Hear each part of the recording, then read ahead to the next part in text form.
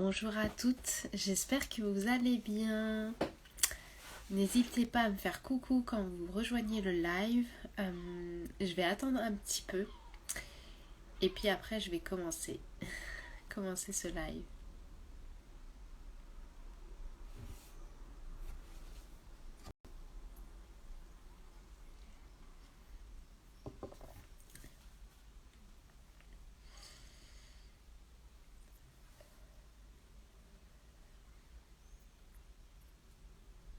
On va attendre un petit peu le temps que les gens se connectent pour vous faire une petite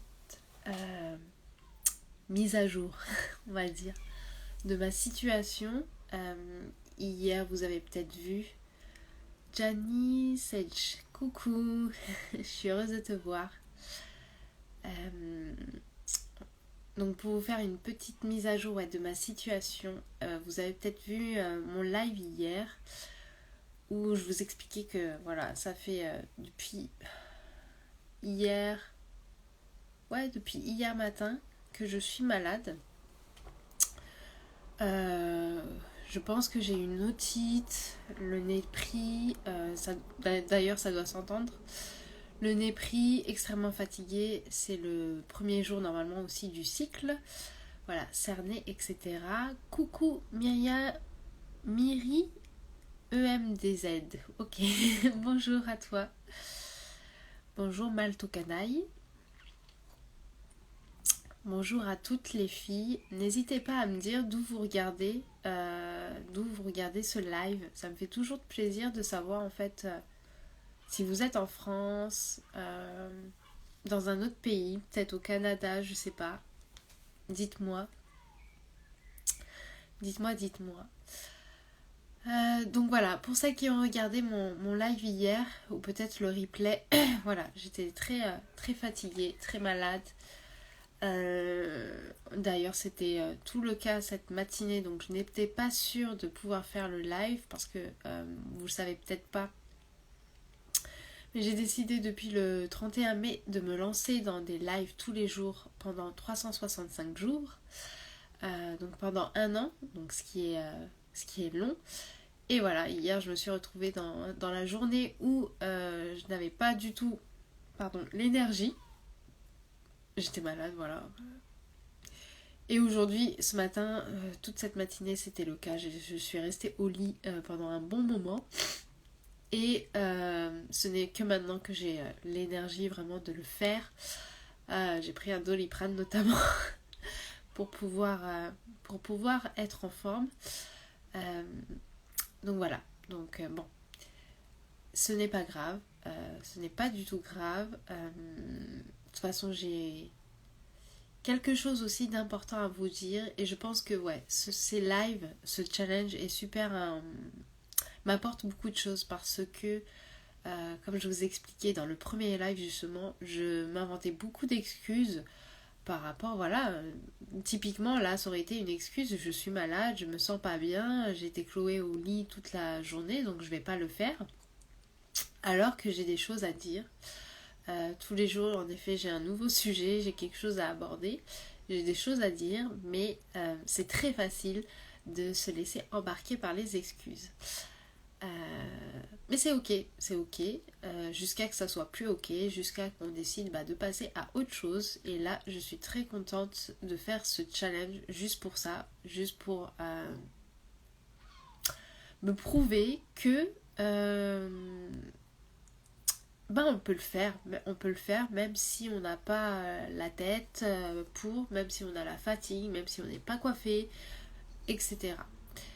Romain Charot, coucou Romain. Donc aujourd'hui je voulais vous parler justement de l'enfant intérieur. Je voulais vous parler de l'enfant intérieur parce que c'est quelque chose avec lequel on n'est pas forcément familier.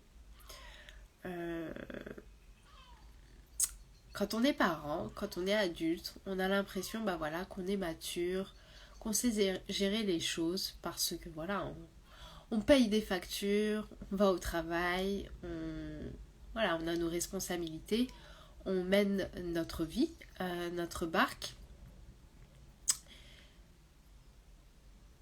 On avance comme ça. Et pourtant, ce n'est pas du tout l'adulte qui est aux commandes dans la plupart des cas. Ce n'est pas l'adulte qui est aux commandes dans beaucoup de situations que nous vivons. Dans beaucoup de situations que nous vivons, c'est plutôt l'enfant intérieur qui est aux commandes. Et qu'est-ce que l'enfant intérieur? C'est l'enfant que nous avons été et qui a été blessé au moment de l'enfance. C'est-à-dire que l'enfant, que nous, enfants, nous avons certainement vécu des moments difficiles, des moments peut-être traumatisants, des moments en tout cas qui ont créé en nous cette fissure, cette cassure, des blessures en fait. Pourquoi et comment? Coucou Didine. Pourquoi et comment on a eu ces blessures? En général, on a été blessé parce que on n'a pas pu exprimer véritablement les émotions qui nous traversaient à ce moment-là. En général, ce qui se passe, c'est que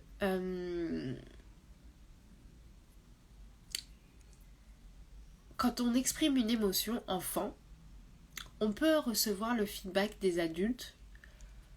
Quand on vit quelque chose de triste ou quelque chose qui nous fait peur ou quelque chose qui nous a mis en colère, on peut recevoir très souvent le feedback des adultes que notre expérience intérieure n'est pas valide. Je vous donne un exemple.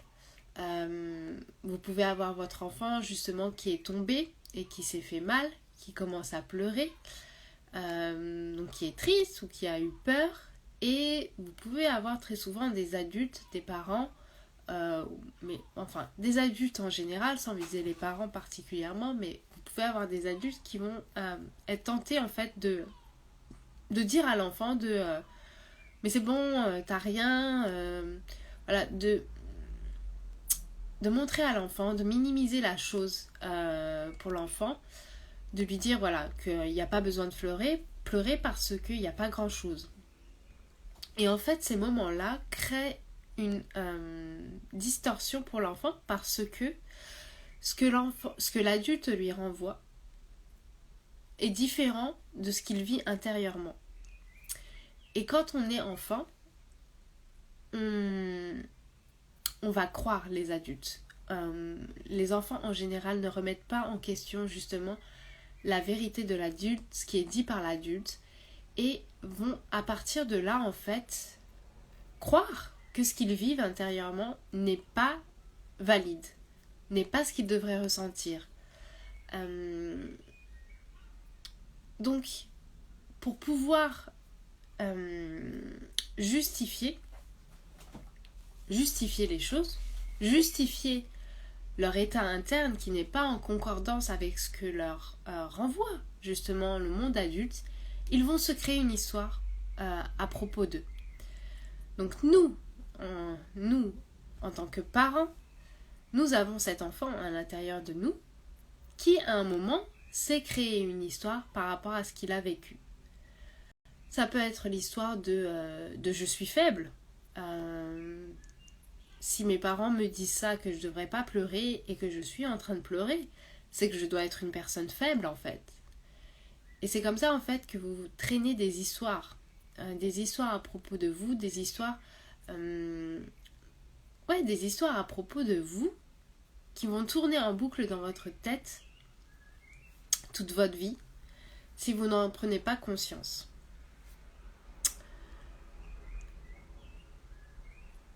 Ça peut être aussi d'autres situations en tant qu'enfant. Par exemple, vous pouvez avoir vos parents qui n'ont pas été émotionnellement présents pour vous. Vous n'avez pas pu justement décharger les choses auprès d'eux. Ils étaient peut-être débordés émotionnellement eux-mêmes. et vous vous êtes rendu compte que en fait vous deviez plutôt prendre soin d'eux plutôt que de leur demander de prendre soin de vous. Vous vous êtes fait peut-être petit ou toute petite pour éviter de les déranger. J'ai beaucoup de ça dans les mamans que j'accompagne, des mamans qui se sont fait petites pour éviter de déranger leurs parents, des mamans qui ont été, qui étaient enfants, le soutien de leurs parents, le soutien émotionnel, parce que ça aussi ça arrive en tant que parents, certains, on peut être tenté, voilà, parce que c'est notre famille, de dire à nos enfants nos problèmes, d'être un peu, de les considérer un peu comme nos thérapeutes, alors que ce n'est pas le cas et que cela fait extrêmement de mal aux enfants, parce qu'ils voient notre souffrance, ils voient la difficulté, ils comprennent ce qu'il y a derrière, mais ils sont incapables en fait d'agir pour pouvoir améliorer les choses, pour pouvoir faire en sorte que les choses s'arrangent. Donc c'est un poids que l'on place sur les enfants qui n'a aucun intérêt, qui va plus les détruire qu'autre chose. Vous pouvez avoir ça, vous pouvez avoir la perte aussi d'un papa ou d'une maman, où l'enfant n'a pas été accompagné justement dans ses émotions, où on lui a demandé plutôt de faire tête basse pour pas en fait plus embêter qu'autre chose. Vous pouvez avoir plein de situations, c'est très personnel bien sûr, c'est très personnel à chaque histoire, à chaque enfant, donc à chaque adulte et parents maintenant, c'est très personnel. Mais ces événements, ces choses-là, ces événements-là font que l'on se crée une histoire en tant qu'enfant sur ce que l'on est ou sur ce que l'on est. On va se créer des histoires qui vont nous définir et qui vont être en fait après notre perception de voir les choses toute notre vie. Sauf que ces histoires sont souvent des histoires où l'enfant s'oppose en tant que fautif, s'oppose en tant que faible, ou fautif d'avoir fait quelque chose, ou pas assez de valeur. Peut-être qu'il pense que il peut pas être reconnu par les autres. Voilà, c'est vraiment une histoire dans laquelle on se place, où on va